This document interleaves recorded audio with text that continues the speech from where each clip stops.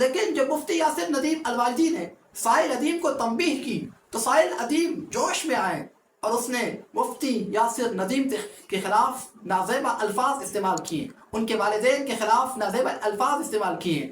اور یقیناً ایک اتنا بڑا موٹیویشنل اسپیکر جو دوسروں کو درس دیتا ہو، جو دوسروں کے اخلاق سکھاتا ہو، مجھے امید نہیں تھی کہ وہ اتنے بد اخلاقی کے لیول پر گرے گا۔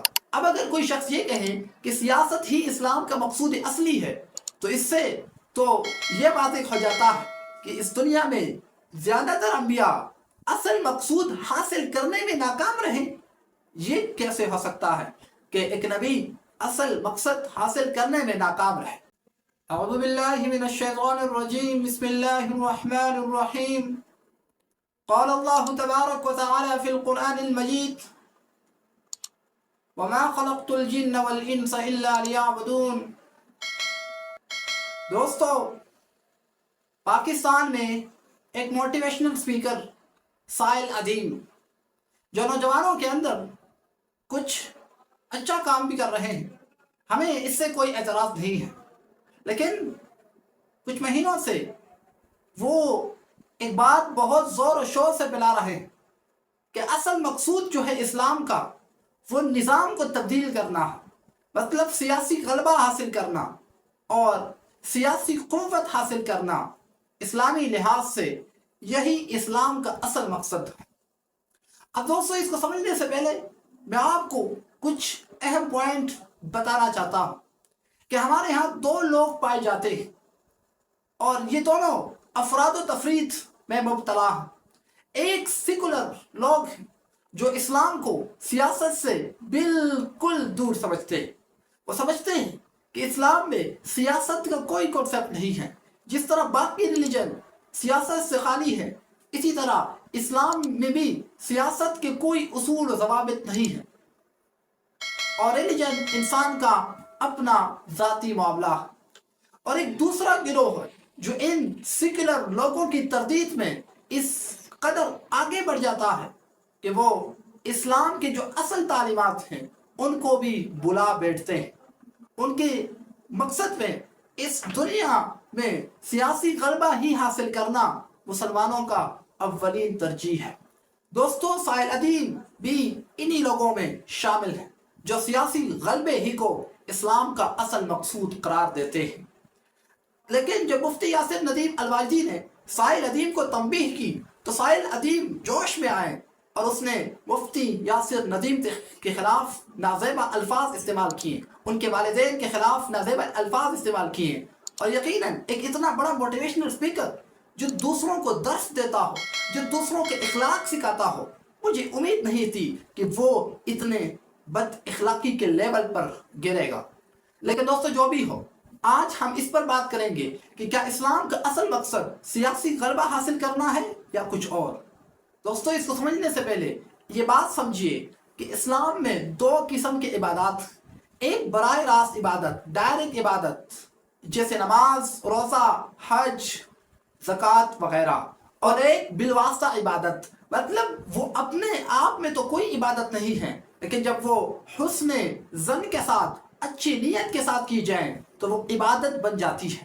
جیسا کاروبار اسلام میں بذات خود عبادت نہیں ہے، لیکن اسلام نے اس کے تفصیلی معلومات دی ہیں، تفصیلی احکام دی ہیں۔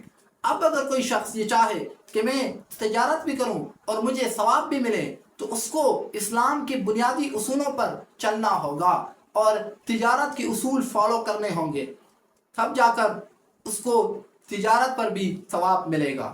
اسی طرح جب آپ سیاست کرتے ہیں اور وہ اسلام کے اصول کے اندر رہ کر کرتے ہیں، اللہ کی رضا کی خاطر کرتے ہیں، تو یہ سیاست بھی آپ کے لیے عبادت بن جاتا ہے۔ لیکن یہ ڈائریکٹ عبادت نہیں ہے، بلا واسطہ عبادت نہیں ہے، بلکہ بالواسطہ عبادت ہے۔ اور اسلام میں براہ راست جو عبادتیں ہیں ان کی ویلیو زیادہ ہے۔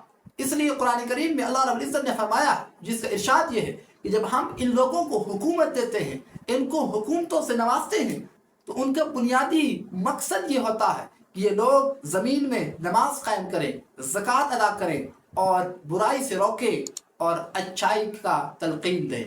تو حکومت کا بذات خود مقصد نہیں، بلکہ ان اچھے اصول اور ان اچھے مقاصد کے لیے حکومت حاصل کرنی چاہیے۔ تو یہ بات واضح ہو گیا کہ حکومت اصل مقصود نہیں ہے، بلکہ اصل مقصود کے لیے ایک واسطہ ہے، ایک ذریعہ ہے۔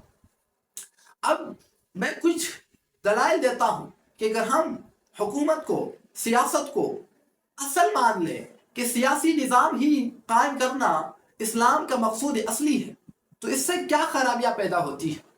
سب سے پہلے جو اس سے خرابی پیدا ہوگی وہ یہ کہ جو براہ راست عبادتیں ہیں ان کی ویلیو کٹ جائے گی، کم ہو جائے گی، اور جو بالواسطہ عبادتیں ہیں ان کی ویلیو بڑھ جائے گی، جو کہ اسلام کا اصل طریقہ اور عمل نہیں۔ دوسری بات یہ کہ اس دنیا میں تقریباً 1,24,000 انبیاء علیہ السلام مبعوث ہوئے، بھیجے گئے۔ ان میں سے کچھ ہی انبیاء کے بارے میں ہمیں یہ معلومات ہیں کہ ان کو حکومت دی گئی تھی، لیکن سب کو حکومت نہیں دی گئی تھی۔ اب اگر کوئی شخص یہ کہے کہ سیاست ہی اسلام کا مقصود اصلی ہے، تو اس سے تو یہ واضح ہو جاتا ہے کہ اس دنیا میں زیادہ تر انبیاء اصل مقصود حاصل کرنے میں ناکام رہے۔